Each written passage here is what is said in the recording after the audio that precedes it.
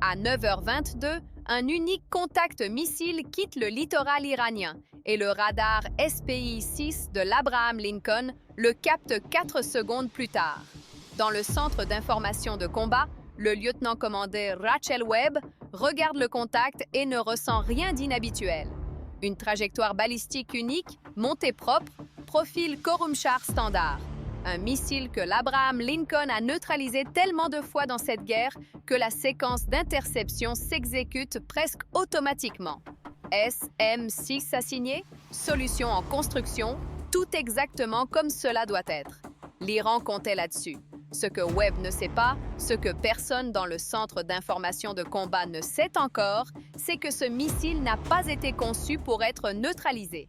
Il a été conçu pour être intercepté parfaitement, exactement comme le système Aegis est sur le point de le faire. Parce que l'interception n'est pas la fin de cet engagement. C'en est le début. Les officiers de ciblage iraniens ont passé 11 jours à concevoir une attaque autour d'un seul constat précis. L'équipage de l'Abraham Lincoln a neutralisé tellement de missiles Khorramshahr qu'il a cessé de les craindre. Cette familiarité est l'arme, pas le missile. La confiance même de l'équipage dans une solution qu'il a exécutée des dizaines de fois est ce que l'Iran va utiliser contre eux ce matin. Un pont plus bas dans la cabine infrarouge passive, le premier maître Leila Hassan regarde la signature thermique du missile et note un chiffre. Non pas parce qu'on le lui a demandé, mais parce que quelque chose ne correspond pas aux 19 mois de données sur les missiles iraniens qu'elle a discrètement constitués dans une bibliothèque que personne d'autre sur ce navire ne sait qui existe. La section ogive affiche une température 4 degrés inférieure à ce qu'elle devrait être. Elle fixe ce chiffre pendant 3 secondes. Puis elle continue de surveiller parce que 4 degrés sur un capteur infrarouge passif est le genre de détail qui soit ne signifie rien, soit signifie tout. Et en ce moment, elle ne sait pas lequel des deux c'est. Au moment où elle le saura avec certitude, l'équipage au-dessus d'elle aura déjà fait exactement ce que l'Iran avait besoin qu'il fasse. Pour comprendre ce que l'Iran a tiré sur l'Abraham Lincoln ce matin, et plus important encore, ce que l'Iran savait de la façon dont l'Abraham Lincoln y répondrait, il faut comprendre ce qu'est réellement un disperseur de munitions à sous-munitions et pourquoi personne dans la formation n'en cherche un. Un Khorramshahr standard emporte une ogive unitaire, une seule charge explosive solide, une seule détonation, un seul point d'impact. Le système Aegis a une réponse nette à cela.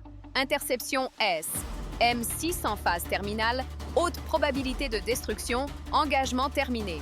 L'Abraham Lincoln a exécuté cette solution tellement de fois qu'elle est devenue routinière de la manière dont seulement 47 jours de combat continu peuvent rendre quelque chose routinier.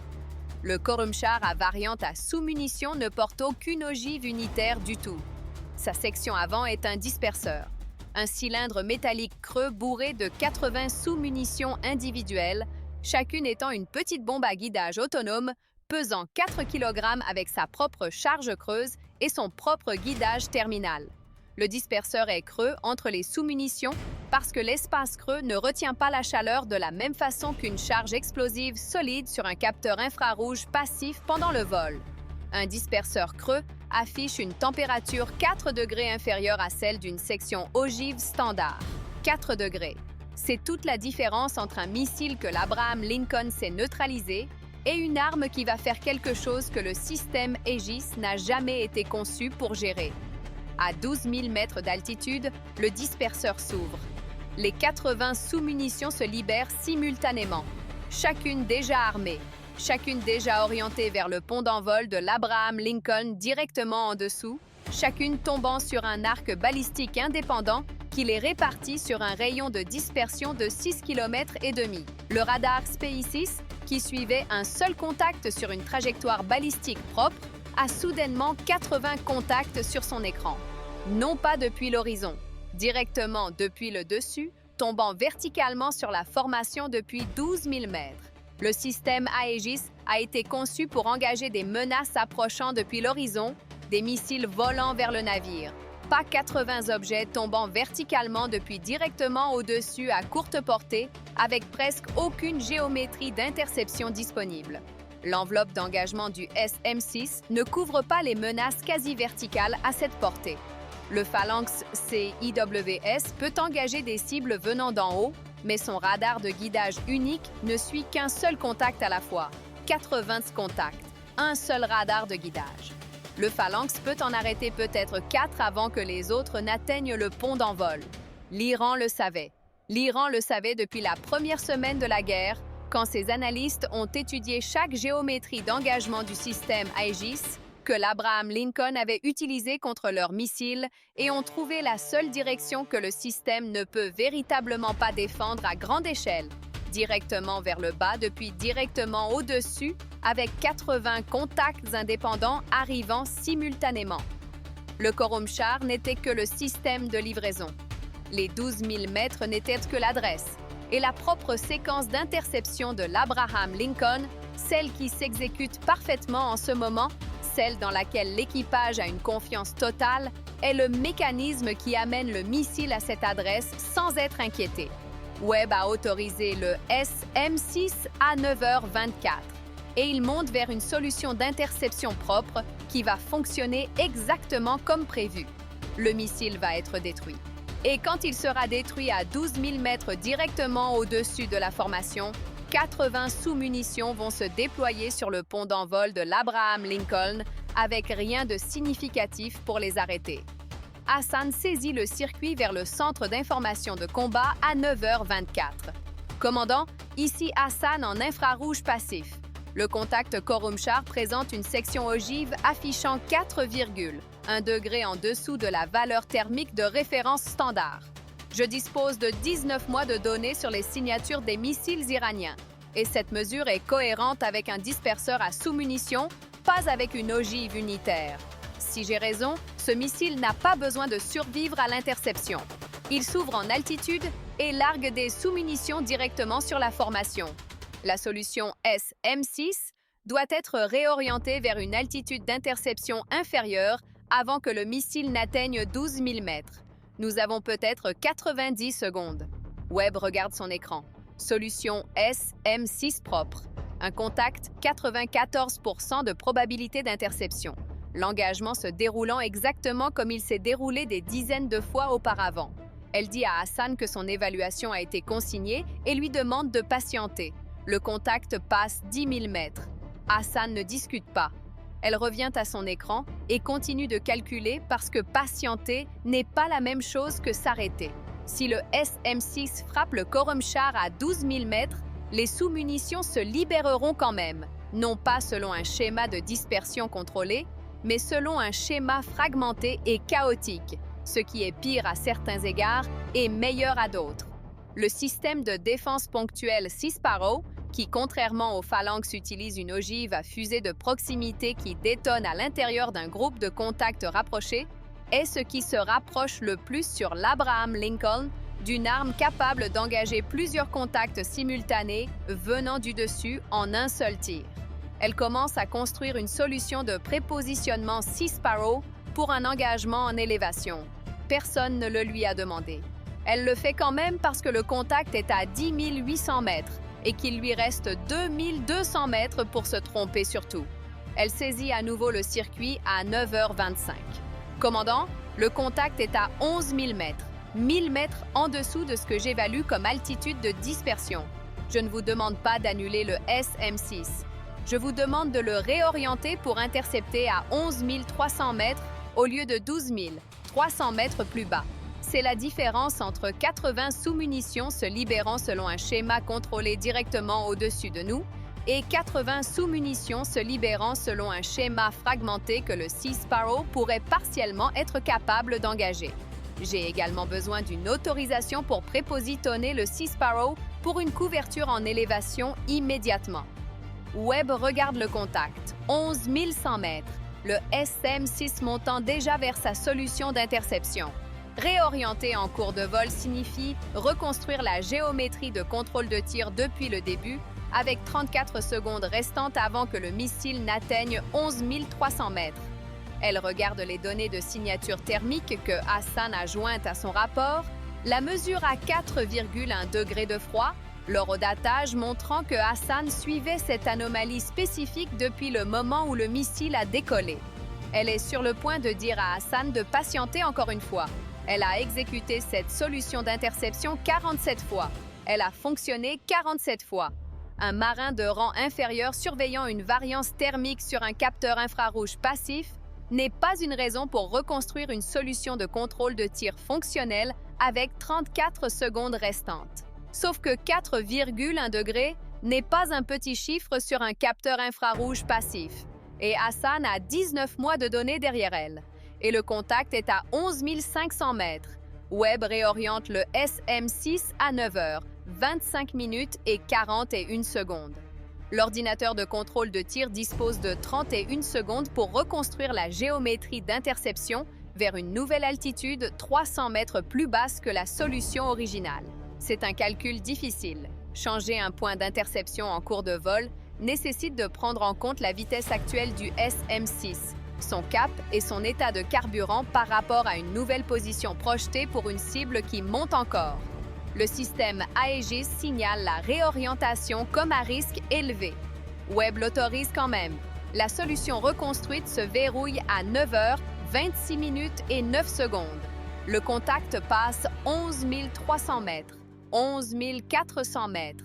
Le SM-6 atteint son nouveau point d'interception à 11 500 mètres, 800 mètres en dessous de l'altitude de dispersion originale du Khorramshahr, et détonne à 6 mètres de la section avant du missile. Ce qui se passe ensuite n'est pas une neutralisation propre. C'est un chaos contrôlé qui est le meilleur résultat disponible. Et Hassan le savait quand elle a demandé l'altitude d'interception inférieure. Le schéma de fragmentation du SM-6 déchire le boîtier du disperseur à 11 500 mètres. Les 80 sous-munitions se libèrent, non pas selon une dispersion coordonnée depuis 12 000 mètres au-dessus, mais dans une dispersion fragmentée et violente depuis 11 500 mètres, culbutant et tournoyant, partiellement armés, se répartissant sur un rayon de 10 km au lieu de 6,5, leur trajectoire rendue aléatoire par la force de la détonation plutôt que guidée par la géométrie de libération du disperseur. 47 sous-munitions sont instantanément détruites par la détonation du SM-6 et les explosions sympathiques qu'elles déclenchent dans leur charge creuse. 33 survivent dans divers états de dommages. Certaines entièrement armées et encore en phase de poursuite, certaines culbutant sans guidage, certaines tombant sans aucune fonction terminale. Le Sea Sparrow que Hassan avait prépositionné engage les 11 sous-munitions dont les trajectoires les amènent dans le périmètre de la formation, 7 détruites proprement par des détonations de proximité, 4 passent au travers. Leur section de guidage trop endommagée pour suivre correctement. Leur trajectoire trop erratique pour que la solution de guidage du Sea Sparrow les suive, et elles s'écrasent dans l'océan à moins de 200 mètres de la formation. Une détonne à 47 mètres de la coque de l'USS Spruance. La charge creuse d'une sous-munition de 4 kg contre le blindage de coque d'un destroyer de classe Arleigh Burke ne pénètre pas. L'onde de pression blesse 3 membres d'équipage. Les 22 sous-munitions restantes s'écrasent dans l'océan entre 400 mètres et 6 km et demi de la formation sur un schéma de dispersion de 10 km. Aucune n'atteint une coque. Dans le centre d'information de combat, l'écran tactique montre le contact Khorramshahr détruit et 80 contacts secondaires apparaissant et disparaissant sur un rayon de 10 km pendant 44 secondes. Webb regarde disparaître le dernier contact et examine le rapport de dommages. 3 membres d'équipage blessés sur le Spruance. Aucune pénétration de coque. Abraham Lincoln intact. Elle saisit le circuit vers la position de Hassan. La mesure à 4,1 degrés. Expliquez-moi comment vous l'avez trouvé. Hassan regarde sa bibliothèque infrarouge passive. 19 mois de signature thermique de missiles iraniens que personne n'avait demandé de collecter et dont personne ne savait qu'elle constituait le différentiel de température spécifique qu'elle avait documenté 14 mois auparavant lors d'un engagement avec un Khorramshahr, quand quelque chose dans la signature lui avait semblé anormal et qu'elle l'avait noté au lieu de l'ignorer. J'ai commencé à constituer la bibliothèque lors de mon premier déploiement, commandant. Chaque missile iranien que je suivais, j'en consignais la valeur thermique de référence.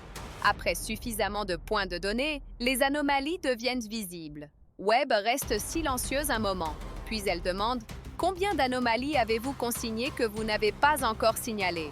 Hassan regarde sa bibliothèque, 19 mois de données, les 7 autres variantes de signature qu'elle avait documentées sur différents types de missiles iraniens qui ne correspondaient pas à leur valeur de référence standard et qu'elle surveillait discrètement parce qu'elle n'était pas encore certaine. Et l'incertitude ne lui avait jamais semblé une raison suffisante pour saisir un circuit et interrompre un engagement actif jusqu'à aujourd'hui. 7, dit-elle. La réponse est venue à 10h44. Le lanceur du Khorramshahr à variante sous munitions, suivi par l'avion E-2D Hawkeye depuis le moment du lancement et localisé à 14 mètres près au moment où l'engagement s'est terminé, a reçu 12 missiles de croisière BGM-109 Tomahawk depuis les cellules de lancement vertical de l'Abraham Lincoln. Le lanceur, l'équipage et l'installation de ciblage qui avaient passé 11 jours à concevoir une attaque autour de la propre confiance de l'Abraham Lincoln ont cessé d'exister. À 10h31, la bibliothèque de signature thermique de Hassan, la totalité des 19 mois, a été transmise à chaque opérateur infrarouge passif du théâtre d'opération. À 9h47, 7 variantes de signature de missiles iraniens précédemment non documentées, chacune désormais une anomalie connue, chacune un avertissement potentiel d'une arme se comportant différemment de ce que son profil radar suggérait. L'Iran a tiré son missile le plus soigneusement conçu sur l'USS Abraham Lincoln. Une arme construite non pas autour du dépassement de la défense, mais autour de l'utilisation de la défense contre elle-même, laissant le système Aegis exécuter sa solution d'interception parfaite à exactement la mauvaise altitude, pendant que 80 sous-munitions attendaient de se déployer sur le pont d'envol depuis directement au-dessus. Cela aurait fonctionné. Chaque partie du plan a fonctionné exactement comme l'Iran l'avait conçu, jusqu'à ce qu'un premier maître avec une bibliothèque de signature thermique de 19 mois que personne ne savait qui existait, saisisse un circuit 2 fois et dise que la section ogive affichait 4,1 degrés de trop froid. La réponse américaine a détruit le lanceur à 10h31 et a envoyé 7 nouvelles signatures d'anomalies à chaque opérateur du théâtre. Et la leçon que l'Iran a rapportée chez lui depuis la mer d'Arabie ce matin-là ne portait pas sur le missile, ni sur le disperseur, ni sur les 80 sous-munitions. Elle portait sur le marin qui avait passé 19 mois à constituer une bibliothèque que personne n'avait demandée. Parce qu'elle avait compris que les choses les plus dangereuses sur un champ de bataille ne sont jamais celles qui semblent dangereuses. Ce sont celles qui semblent parfaitement normales.